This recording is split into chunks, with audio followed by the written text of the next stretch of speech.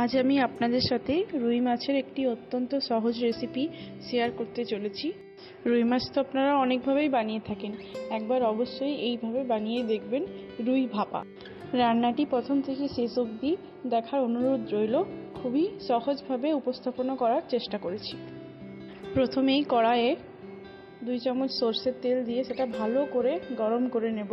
তারপরেই আগের থেকে হলুদ আর নুন দিয়ে মাখিয়ে রাখা মাছগুলো দিয়ে দেব। মোটামুটি আমি 20 থেকে 25 মিনিট মাছটাকে নুন হলুদ মাখিয়ে রেখেছিলাম।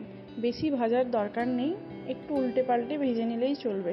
এদিকে আমি একটা সরষের পেস্ট বানিয়ে নিয়েছি, এরকম স্মুথ পেস্ট। তার সাথে দিয়ে দেব আমুলের টক দইটা। আমি টক দইটা একটু বেশি দেওয়ার চেষ্টা করেছি গ্রেভির অনুযায়ী।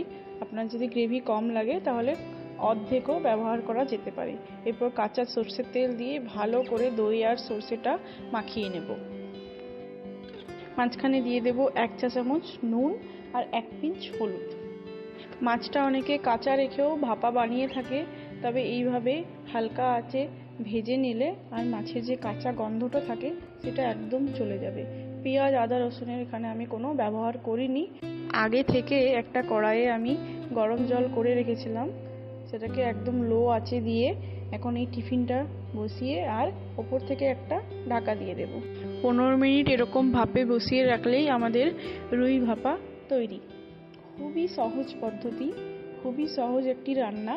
আমি আরও সহজভাবে দেখানোর চেষ্টা করেছি, অবশ্যই আপনারা বাড়িতে ট্রাই করবেন। গরম গরম ভাতের সাথে এরকম রুই ভাপা থাকলে আর কি চাই। ভিডিওটি আপনাদের কেমন লাগলো তা অবশ্যই জানাবেন, আর ভালো লাগলে অবশ্যই একটা লাইক করে দেবেন। যদি চ্যানেলটি সাবস্ক্রাইব করা না থাকে অবশ্যই সাবস্ক্রাইব করে রাখবেন আরও এরকম সহজ রেসিপি পাওয়ার জন্য। ধন্যবাদ।